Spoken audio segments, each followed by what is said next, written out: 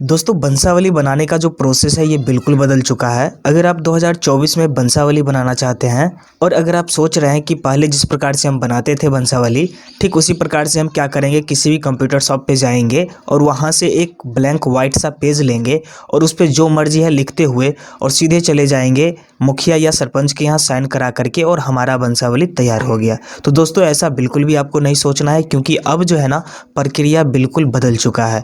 क्योंकि दोस्तों अगर मान लीजिए आप ऐसा गलती करते हैं और अगर जो बंसावली आपने बनाया अगर ये कहीं भी आप सबमिट कर रहे हैं, हो सकता है आप ज़मीन परचेज या फिर सेल कर रहे हैं या फिर किसी भी कारणवश आप जो है बंसावली किसी भी डॉक्यूमेंट में संलग्न करके जमा कर रहे हैं कहीं भी, तो 100 to 10% गारंटी है कि आपका जो फॉर्म है जिस भी काम के प्रति आप लगा रहे हैं वो 100 to 10% रिजेक्ट होना है। तो दोस्तों आखिरकार ये नया प्रोसेस क्या है बंसावली बनाने का, चलिए बिल्कुल स्टेप बाय स्टेप देखते हैं। क्योंकि दोस्तों हमने ऑलरेडी एक वीडियो बना रखा था जैसा कि आप स्क्रीन पे देख पा रहे हैं।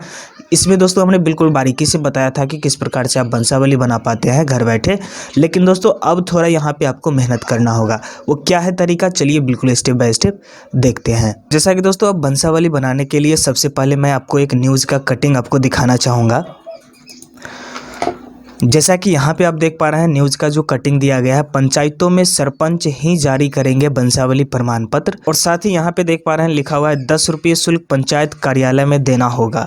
तो दोस्तों यहाँ पे बिल्कुल आप जो है गौर से देखिए वीडियो को, बिल्कुल बारीकी से मैं आपको बना करके भी दिखाऊंगा कि किस प्रकार से यहाँ पे बंसावली बनाना है। तो जैसा कि दोस्तों यहाँ पे बंसावली बनाने के लिए आवेदन के साथ नगद 10 रुपये पंचायत कार्यालय में देने होंगे। पंचायत सचिव इस शुल्क के एवज में आवेदक को रसीद देंगे, यानी कि जो 10 रुपया आप पेमेंट कर रहे हैं सामने वाले को, वो जो है ना आपको इसके प्रति एक रसीद भी देंगे कि आपने 10 रुपया पे किया है। यह शुल्क राशि पंचायत निधि का हिस्सा बनेगी, यानी कि दोस्तों आप जो 10 रुपया दे रहे हैं वो जो पैसा है वो पैसा जो है ना पंचायत के निधि हिस्सा में जाएगा, यानी कि पंचायत में जो भी जरूरी आन पड़ेगी उसमें जो है ये पैसा लगाया जाएगा। पंचायत सचिव ऐसे हर आवेदन का विवरण को संधारित पंजी में दर्ज करेंगे। दोबारा बंसावली, यहाँ पे गौर से देखिए, दोबारा बंसावली निर्गत करने के लिए आवेदक को पंचायत सचिव के पास 100 रुपये का शुल्क जमा करना होगा। यानी कि दोस्तों अगर आप पहली बार बनाते हैं तो मात्र 10 रुपया लगेगा, और यही अगर आप सेकेंड टाइम जाते हैं बनाने के लिए बंसावली तो 100 रुपया आपको देने होंगे। तो दोस्तों यहाँ पे संभाल करके जो भी बंसावली आप बनाते हैं वो रखें, क्योंकि बाद में जो है आपको 100 रुपये का चालान यहाँ पे काटा जाएगा। किस प्रकार से बनाना है बिल्कुल स्टेप बाय देखेंगे इसी वीडियो में। तो जैसा कि यहाँ पे देख पा रहे हैं आगे लिखा हुआ है, पंचायत सचिव अपनी अनुशंसा संबंधित कागज में संतुष्ट होकर सील मोहर और तिथि के साथ ग्राम कचहरी को करेंगे। अग्रेसित आवेदन की छायाप्रति पंचायत सचिव अपने कार्यालय में सुरक्षित रखेंगे। यानी कि दोस्तों कुल मिलाकर के यहाँ पे बात आता है कि पहले तो हम लोग जो है नॉर्मली बना लेते थे, रैंडमली हम एक पेज लेते थे वाइट सा और उस पे जो है साइन मोहर करा लेते थे, बंसावली तैयार। लेकिन दोस्तों अभी भी फिलहाल वैसा ही काम होना है, लेकिन यहाँ पे तरीका क्या बदल गया है कि आप जो बंसावली यहाँ पे बनाएंगे उसमें 10 रुपये का पेमेंट करना पड़ेगा।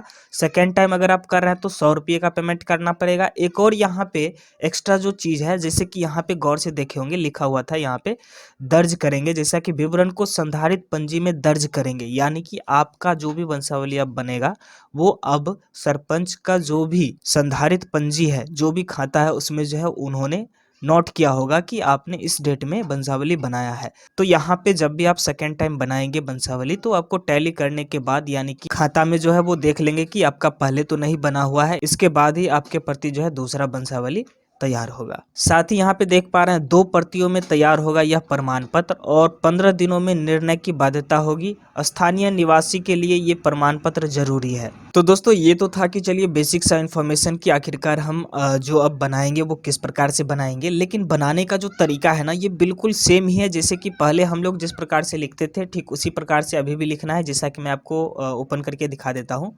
अब आपको जो भी फॉर्मेट मिलेगा उसमें सबसे टॉप में जो है ना बंसावली लिखना है। बंसावली लिखने के बाद जो भी, यानी कि सबसे पुराने जो भी व्यक्ति हैं जैसे कि दादा परदादा जो भी है उनका नाम यहाँ पे लिखना है। यानी कि जिस भी काम के लिए आप जो है बंसावली बना रहे हैं तो उस काम के प्रति आपको मालूम होना चाहिए कि हमें कहाँ से डाटा उठाना है। तो अगर दादा या परदादा से उठाना है तो यहाँ पे सबसे पहले पुराने जो भी हैं उनका नाम यहाँ पे लिखना है। जैसे कि राम कुमार उनके परदादा हैं, किनके, तो यहाँ पे रोहन कुमार के। और यहाँ पे जैसे कि देख पा रहे हैं राम कुमार जो हैं इनके टोटल 3 बेटे हैं, एक है सोहन, एक है अखिलेश, एक है मोहन। अब यहाँ पे जो हमें बनाना है ना बंसावली वो मोहन के पोते का बनना है। तो यहाँ पे देख पा रहे हैं मोहन के नीचे भी टोटल 3 बेटे हैं इनके।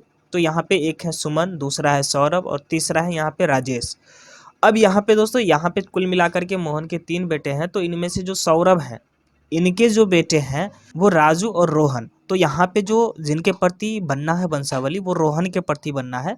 तो यहाँ पे देख पा रहे हैं कुछ इस प्रकार से आपको वंशावली का नक्शा तैयार करना है आपको ब्लैंक पेज पे। और यहाँ पे रोहन लिखने के साथ में यहाँ पे आपको जमा करना है ये फॉर्म सरपंच के पास, यानी कि जो भी आपके ग्राम पंचायत के सरपंच हैं उनके पास आप इस फॉर्म को जमा करेंगे। और वो जो है एक लकीर खींचते हुए अपना यहाँ पे नाम लिखेंगे और मोहर करेंगे।